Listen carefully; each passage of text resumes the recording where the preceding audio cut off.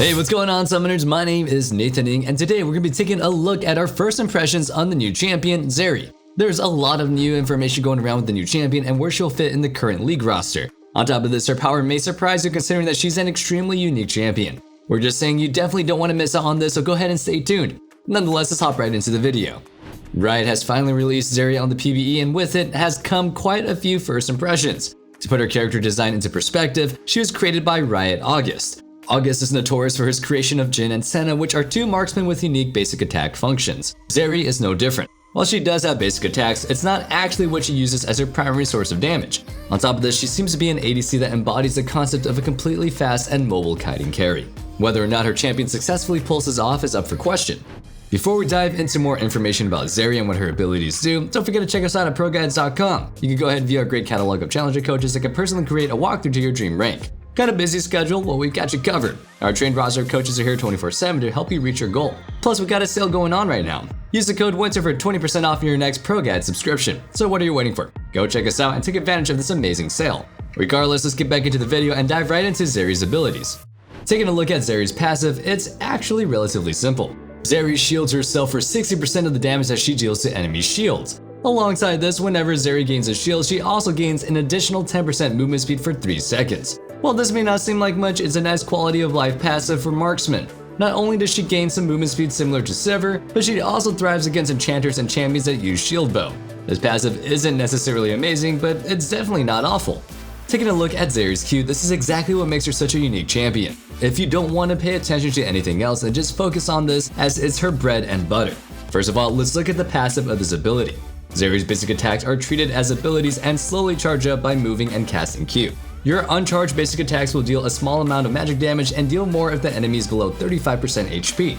This will, however, consume a bit of the charge. Now, if you wait for the attack to fully be charged, it will instead deal more damage that scales off of max HP. Alongside this, it will slow for 20% for 1.5 seconds and consume the entire charge. As for the active part of the ability, ZERI fires a burst of 7 rounds that deal physical damage to each enemy hit. This ability counts as an attack.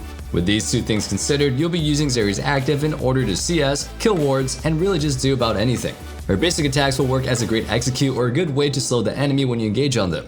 This Q is not like anything that we've seen before, as it not only functions as a basic attack, but essentially removes her need of one. On top of this, the cooldown and cast time are affected by her attack speed. Overall, it's a really complex ability that will have a ton of unique interactions. Moving on to her W, ZERI fires an electric pulse that deals magic damage and slows the first enemy hit by 50% for 1 second. If this pulse hits a terrain, it will instead expand into a laser that extends beyond the wall. This attack is pretty similar to Jinx's Zap ability. It works as a good way to deal damage from afar, and it's nice to really help you slow down the enemy. Pair this with its laser empowerment, and it's a pretty decent ability. That being said, it's still awkward to use with her since the rest of her kit doesn't really pair well with it. Similar to her Q, its cast time will also scale the attack speed, which can make it a little bit easier to land later on into the game. Diving into her E, well, quite literally, we've got ZERI's primary mobility tool. With it, ZERI will dash a short distance. Think of it like a vane tumble. However, if ZERI hits terrain with this ability, she will vault over it, greatly extending its range. On top of this, her next 3 shots of her Q will pierce and deal 80% to damage after the first hit. This pierce damage can crit but will not apply on-hit effects. While its cooldown is fairly long, it is reduced by 1.5 seconds each time you hit a champion with an attack or an ability. Overall, this will allow ZERI to kite out enemies, dodge key abilities, and empower her wave clear. It's definitely pretty shocking. No? Okay. Last but not least, we've got ZERI's ultimate. When cast, ZERI discharges electricity around her, dealing magic damage. For each champion hit, she'll gain 3 stacks of overcharge for 6 seconds. Each stacks will grant 2% movement speed. On top of this, whenever you hit a champion with an attack or ability, it will add a stack of overcharge and refresh its duration by 2 seconds. On top of this, when ZERI is overcharged, she will also gain 30% attack speed bonus on hit damage, and with her Q becoming a faster triple shot that releases a shiv-like chain. Overall, this ability is going to be what makes ZERI a powerful team fighter since it empowers everything that you're looking to do. Now, before we continue on with the video, don't think for a second that we have forgotten about everybody's favorite ProGuides tradition. For our question of the day today, we want to ask you guys, what unique abilities are you hoping Riot puts into future champions? Personally, I think it would be pretty fun to have a champion that controlled multiple units across the map as their primary source of damage. Nonetheless, let's get back into the video and take a look at how ZERI actually feels and fits into the game. On paper, ZERI looks extremely strange. She seems like a fusion of Vayne, Kai'Sa, and Ezreal while also not really focusing on one playstyle too heavily. Her ultimate and W give her the potential to kite with high amounts of movement speed and mobility like Vayne, yet her E and basic attacks makes it seem like she's trying to dive on enemy carries with her team like Kai'Sa. It also seems like it works a lot like Lucian's E. On top of this, the fact that her Q replaces her basic attack only makes this weirder, as she becomes an odd caster-like carry similar to Ezreal.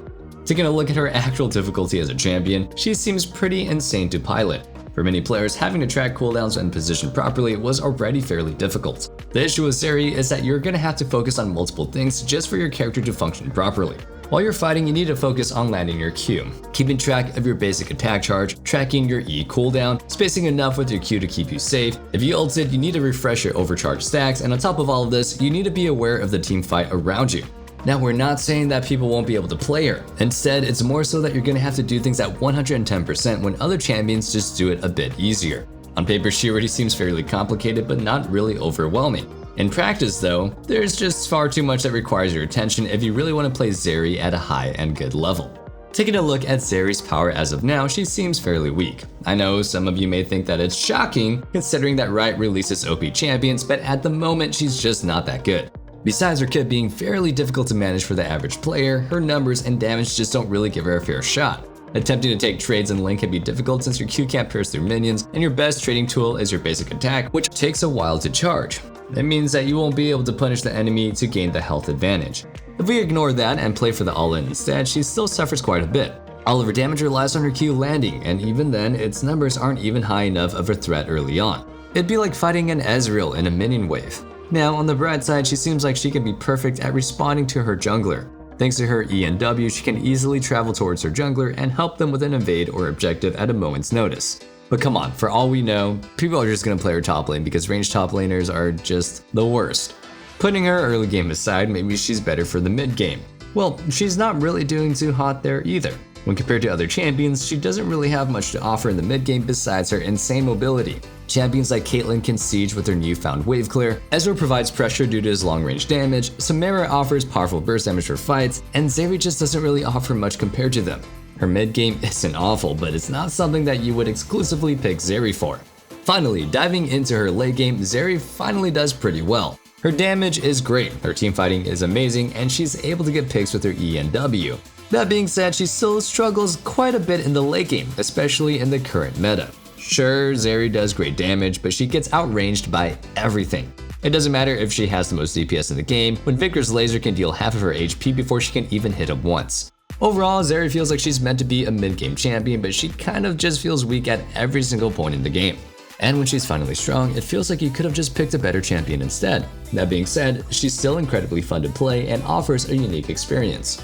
Before we continue on, if you want to join an amazing community of people like you that loves lists, talk pieces, and other things like this, check out our Discord using the link found in the description. So what are you waiting for? Join up! Nonetheless, let's get back into the video and take a look at our final few notes and first impression.